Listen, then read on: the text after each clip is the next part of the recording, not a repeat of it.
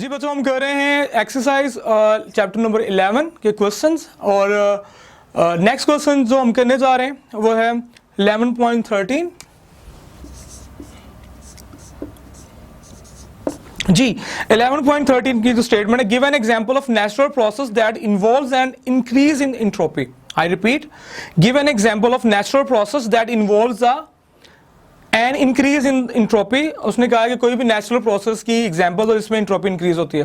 तो बच्चों, मेरे पास अगर एक आइस क्यूब है, उसको अगर मैं रख देता हूँ रूम के अंदर, तो आहिस्ता आहिस्ता मेल्ट होना शुरू हो जाएगा। मेल्ट क्यों होगा? कि जो सराउंडिंग में हीट है वो ट्रांसफर होगी टू द सिस्टम, वो सिस्टम के अंदर ट्रांसफर होगी, सिस्टम हीट लेगा, आइस हमारा सिस्टम है, ठीक है, वो मेल्ट होगा वाटर के अंदर, ठीक है। वो डेल्टा क्यू जो हीट आई थी हमें from the surrounding at absolute temperature T, वो इंक्रीज कर देगी इंट्रोपी को। वो इंट्रोपी हमारे पास होगी delta Q over T, which is positive. So we can say that this is a common example of the process that involves the entropy increases. So you can use your own words. आप अपने words इस्तेमाल कर सकते हो। When ice melts into water, when ice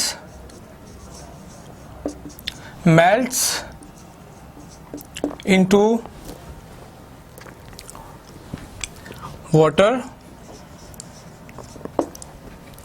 due to the high temperature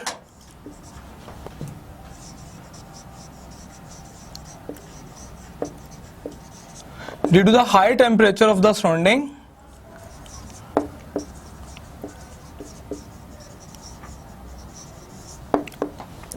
then delta Q heat absorbed by the system from the surrounding, absorbed by system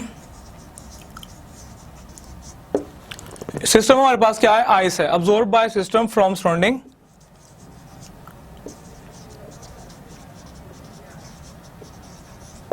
at absolute temperature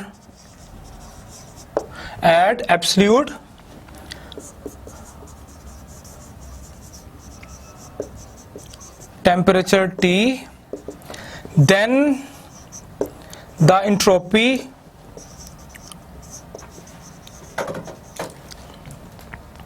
delta S will be, तो आपने ये लिखना है, उसके बाद ये लिख देनी है delta S is equal to delta Q over T, ठीक है। एज यहां पे आप लिख सकते हो as delta S is positive, so entropy increases, तो इतना जो है आपने इसका आंसर लिखना है। जी बच्चों, नेक्स्ट क्वेश्चन हम जो करने जा रहे हैं चैप्टर नंबर 11 का वो है 11.14। इससे नेक्स्ट जो करेंगे वो है 11.15। इससे next last one is the 11.16। ये तीन क्वेश्चन जो हैं बच्चों, ये मल्टीपल चॉइस क्वेश्चंस हैं, मल्टीपल चॉइस के अंदर आ सकते हैं, ठीक है। रीजनेबल क्वेश्चंस हैं, इट्स वेरी सिंपल। जो आपने चैप्टर के अंदर पढ़ा, जो सीखा आपने, उसके अकॉर्डिंग ये क्वेश्चंस बनाए गए हैं, मल्टीपल चॉइस क्वेश्चन है। तो अगर आप इसको थोड़ा सोच के लिखोगे, सोच के अटेम्प्ट करोगे, चॉइस करोगे, ठीक है, तो आपको पता चल जाएगा कि कौन सा करेक्ट आंसर है। सो 11.14 की अगर हम बात करें, 11.14 उसकी स्टेटमेंट है, an adiabatic change is the one in which, उसने कहा एडियाबेटिक चेंज कौन सा होता है? वो होता है, तो इसने चार ऑप्शन दिए हैं। A, no heat is added to और taken out of a system, यानी कोई हीट जो है वो ऐड ना हो और ना ली जाए। B is no change of temperature take place, no change of temperature takes place. C, Boyle's law is applicable, and D is pressure and volume remains constant. Okay बच्चों, ये चार सिचुएशंस, चार स्टेटमेंट्स आपके पास है। एडियाबेटिक प्रोसेस हिंट हमें मिल रहा है जी, adiabatic process कौन सा होता है?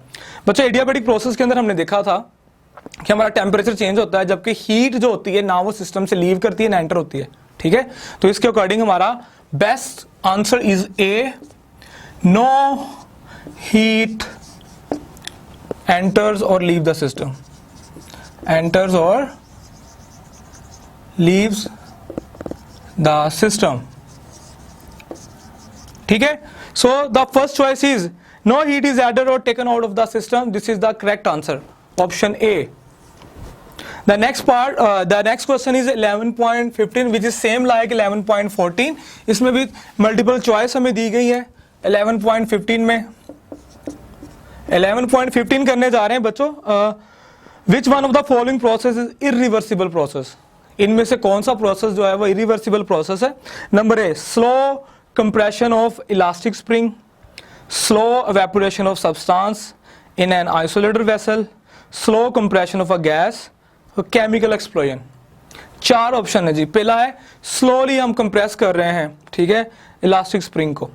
दूसरा है स्लो एवेपोरेट कर रहे हैं सब्सटेंस को, आइसोलेटेड जो वेसल है. तीसरा जो है स्लो कंप्रेस कर रहे हैं सिलेंडर जो पिस्टन होता है, यानी गैस को जो हम कंप्रेस कर रहे हैं, और केमिकल एक्सप्लोजन. बच्चों इन तीनों प्रोसेस को देखें तो आप किसी चीज़ को कंप्रेस कर रहे हो या किसी को रिलैक्स कर रहे हो. कंप्रेस कर रहे हो स्लोली, तो स्लोली आप उसको रिलैक्स भी कर सकते हो, रिलीज भी कर सकते हो, यानी वो रिवर्सिबल है.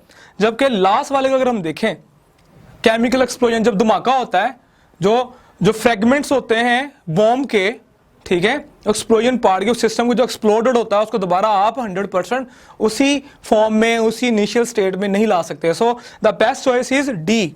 Answer is D. ठीक है, chemical explosion.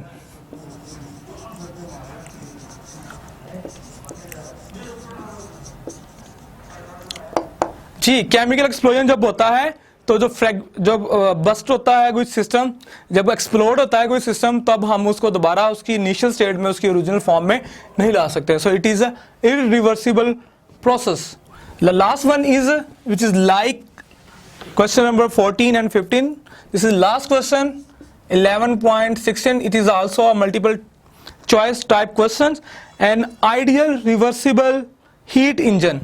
An ideal reversible heat engine has number 1 100% efficiency, A.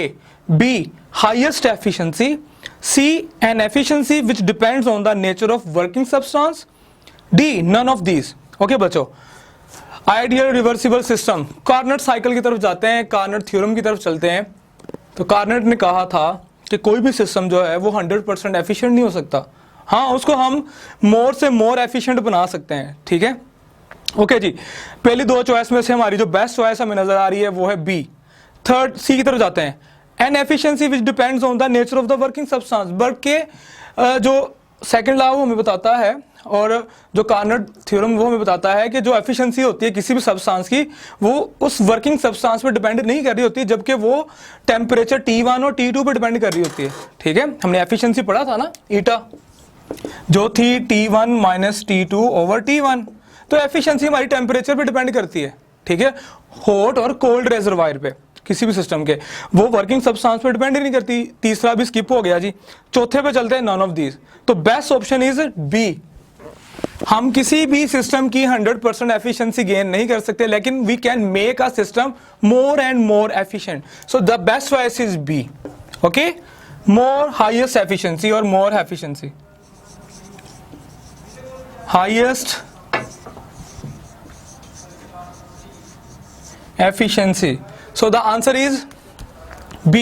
B is the correct answer. We can make a system more and more efficient, but we cannot make a system which is 100% efficient.